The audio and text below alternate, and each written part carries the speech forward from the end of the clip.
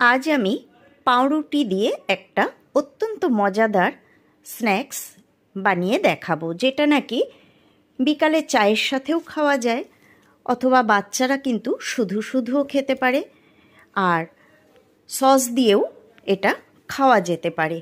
আর বানানো ভীষণ সহজ, আর এটা যে খাবে সেই কিন্তু প্রশংসা করবে, এটা এতটাই সুন্দর হয় খেতে। নমস্কার বন্ধুরা, আমি পুপুর রান্নাঘরে আর একটা নতুন পর্বে নতুন পুরনো সব বন্ধুদের স্বাগত জানাচ্ছি। রেসিপি ভালো লাগলে প্লিজ লাইক কমেন্ট শেয়ার করো, আর নতুন বন্ধুদের অনুরোধ করব এরকমই সুন্দর সুন্দর রেসিপি পেতে আমার চ্যানেলটা সাবস্ক্রাইব করে পাশে আসা বেল বাটনটা প্রেস করে দিও, তাহলে আমি যে কোনো ভিডিও আপলোড করার সাথে সাথে নোটিফিকেশন সবার আগে তোমাদের কাছে পৌঁছে যাবে। চলো তাহলে শুরু করে দিই আমার আজকের রেসিপি। এখানে দেখো আমি 4টে মাঝারি সাইজের আলু অর্ধেক করে সেদ্ধ করে নিয়েছি। কুকারে সেদ্ধ করার পর জল থেকে তুলে রেখে দিতে হবে, কিন্তু তাহলে এটা বেশ শুকনো আর আঠালো টাইট হবে, আর জলের মধ্যে রেখে দিলে কিন্তু নরম ক্যাতক্যাতে হয়ে যাবে। সেই জন্য জল থেকে সব সময় সেদ্ধ করার পরেই তুলে রেখে দেবে। তো চলো এখন আমি এর খোসাগুলো সব ছাড়িয়ে নিই। খোসাগুলো ছাড়িয়ে নিয়ে আবার ফিরে আসছি।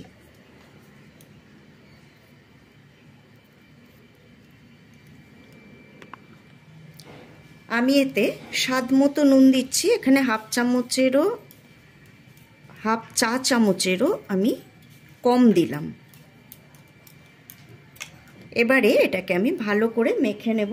তো তোমরা এই কাজটা স্ম্যাশার দিয়েও করতে পারো, আমি হাত দিয়েই এটাকে ভালো করে নুনের সাথে মেখে নেব। এর মধ্যে যেন কোনো রকম দানা না থাকে, খুব সুন্দর করে এটাকে মেখে নিতে হবে। গ্যাসে কড়াই বসিয়ে দিয়েছি, আর এবার এর মধ্যে আমি একদম 1 চা চামচ সর্ষের তেল দিয়ে দিলাম। তো তোমরা এখানে সাদা তেল দিয়েও করতে পারো, কোনো অসুবিধা নেই। খুব সামান্য তেল দিয়েছি।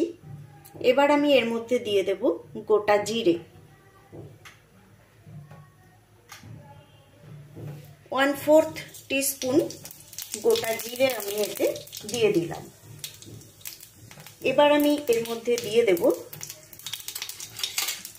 রসুন কুচি। এখানে আমি 5 কোয়া রসুন একদম ঝিরিঝিরি করে কুচি করে নিয়েছি, সেটা এর মধ্যে দিয়ে দিলাম। এটা কিন্তু একদম লো ফ্লেমেই আমি করছি।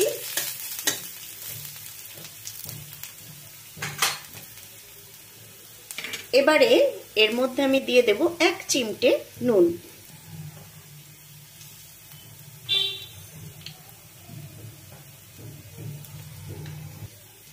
দিয়ে দেব একটা লঙ্কা কুচি আর একটুখানি আদা কুচি। আদাটা কিন্তু হাফ ইঞ্চিরও কম আমি নিয়েছি।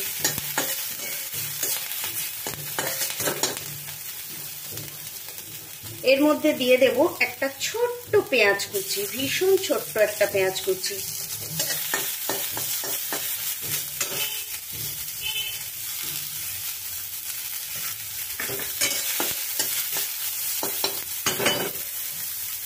এবার আমি এর মধ্যে দিয়ে দেব সেদ্ধ করে রাখা আলুটা।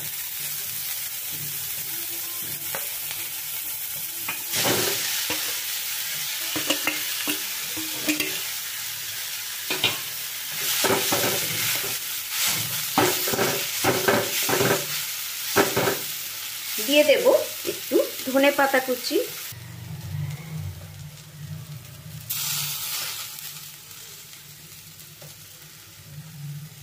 এটার মধ্যে তোমরা ইচ্ছা করলে চাট মশলা দিতে পারো, আমচুর দিতে পারো, যেমন ইচ্ছা তোমরা এটা স্বাদটা সেরকমই করতে পারবে। দিয়ে দিচ্ছি অল্প একটুখানি গোলমরিচের গুঁড়ো,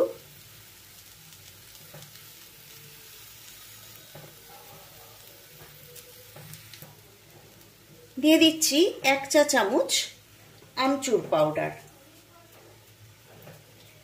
ব্যাস, এবারে সবগুলো খুব ভালো করে আমি মিশিয়ে নেব। তো সব কিছু মেশানো হয়ে গেছে। তো তোমরা এর মধ্যে আরেকটা জিনিস দিতে পারো, আমার ঘরে নেই বলে আমি দিইনি। চীনা বাদাম তোমরা ভেজে ওটাকে গুঁড়ো করে এর মধ্যে দিয়ে দিতে পারো, বা একদম ছোট্ট ছোট্ট টুকরো করে দিতে পারো, বা একদম ডাস্ট করেও দিয়ে দিতে পারো, তাতে কিন্তু স্বাদটা আরো ভালো হবে। তো আমার কাছে নেই তাই আমি দিতে পারিনি। এখন গ্যাসটাকে অফ করে দিয়ে এটাকে আমি ঠান্ডা করে নেব।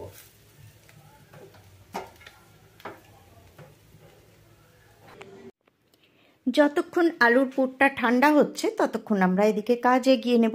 তো আমি এখানে 8 পিস ব্রেড নিয়েছি। তো আমার এটা যদিও ব্রাউন ব্রেড, তবে এমন কোনো কথা নেই যে ব্রাউন ব্রেড ছাড়া হবে না।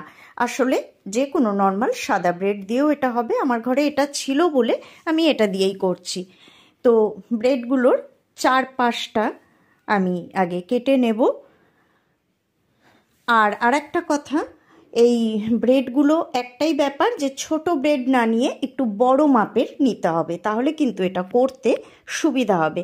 তো এর পাশের টুকরোগুলো কিন্তু আমি ফেলবো না, একটা কৌটোর মধ্যে করে ফ্রিজে রেখে দেব। আমি এটা দিয়ে ব্রেড ক্রাম্ব তৈরি করে নেব পরে কাজের জন্য।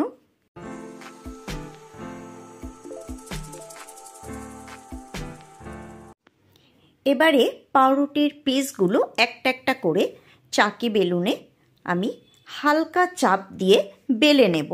এতে করে এর ভেতরের যে হাওয়াগুলো সেগুলো বেরিয়ে যাবে, আর এটা বেশ একটু পাতলা নরম হয়ে যাবে। তাতে করে আমাদের এই স্ন্যাক্সটা বানাতেও অনেক সহজ হয়ে যাবে। এবারে ওই বেলে নেওয়া পাউরুটির পিস একটা করে নেব। আর আলুর পুরটা দেখো একটা সাইডে আমি কিভাবে দিচ্ছি, শুধু সেটা দেখো, মুখে বলার কিছু নেই, দেখে নাও কিভাবে দিচ্ছি। একটা সাইডে দেব, আর একটা সাইড কিন্তু ফাঁকা থাকবে। আর ওদিকে কিন্তু একটা বাটিতে আমি অল্প একটু জল দিয়ে ময়দা গুলে নিয়েছি, এটা আঠার কাজ করবে। এখানে তোমরা কর্নফ্লাওয়ারও গুলে নিতে পারো, কোনো অসুবিধা নেই। তো দেখো আমি যেভাবে করছি, পুরটা দিয়ে ওটাকে চারপাশ দিয়ে ওই ময়দা গোলাটা দিয়ে তারপরে ওটাকে ফোল্ড করে চেপে দিলেই কিন্তু এটা আটকে যাবে।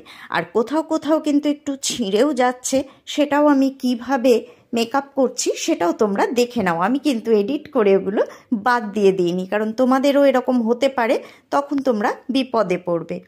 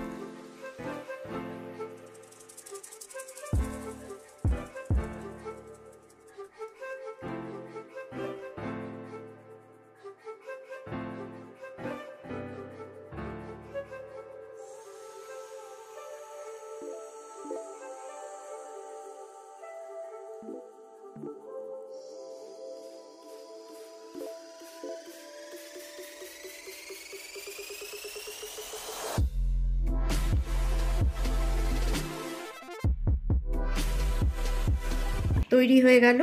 এইভাবে কিন্তু আমি প্রত্যেকটা তৈরি করে নেব। তো দেখো আমি সবগুলো তৈরি করে নিয়েছি, আর এগুলো আমি এখন একটা বক্সের ভেতরে এভাবে রেখে দিচ্ছি। এখন সকাল, এখন আমি তৈরি করে রাখছি, আমি এটাকে ভাজবো কিন্তু সন্ধেবেলা। তো এগুলোকে এইভাবে স্টোর করে রাখা যায়, আগের দিনও করে রাখা যায়। আর এগুলোকে আমি সব স্টোর করে রাখবো এখন ফ্রিজারে, নর্মাল যে চেম্বার সেইখানে আমি ঢাকা দিয়ে এটাকে রেখে দেব। আর সন্ধ্যাবেলা এটাকে আমি ভাজবো। আমি গ্যাসে কড়াই বসিয়ে দিয়ে দিয়েছি সাদা তেল। গ্যাসটা অন করে দিয়েছি, তেলটা গরম হয়ে গেছে। এখন আমি ফ্লেমটা মিডিয়াম করে দিলাম, আর মিডিয়াম ফ্লেমে এখন আমি এগুলোকে ভেজে নেব।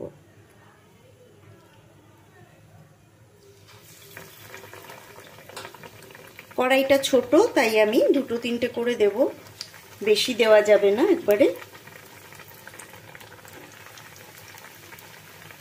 আর খুব সাবধানে ভাজতে হবে, কারণ পাউরুটি কিন্তু ভাজতে বেশি সময় লাগে না, আর ভেতরের পুরটাও একদম তৈরি হওয়া। কয়েক সেকেন্ড পরেই এটাকে উল্টে দিতে হবে।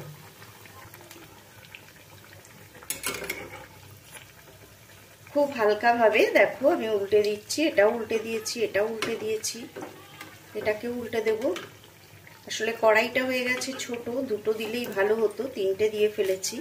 যাই হোক, তো এইভাবে কিন্তু আমি ভেজে নেব। দেখো একটা পিঠ কিন্তু কালার হয়ে গেছে, আর এটা ব্রাউন ব্রেড বলে তাড়াতাড়ি কালার এসে যাচ্ছে।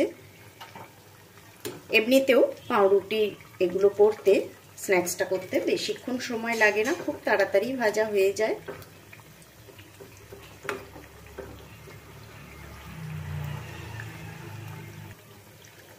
তো দেখো আমি দুই পিঠই উল্টে পাল্টে কিন্তু ভেজে নিয়েছি।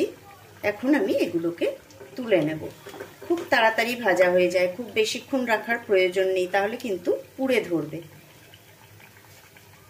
তেল থেকে ছেঁকে তুলে আমি একটা প্লেটে টিস্যু দিয়ে নিয়েছি, তার মধ্যে আমি এগুলোকে রেখে দিচ্ছি।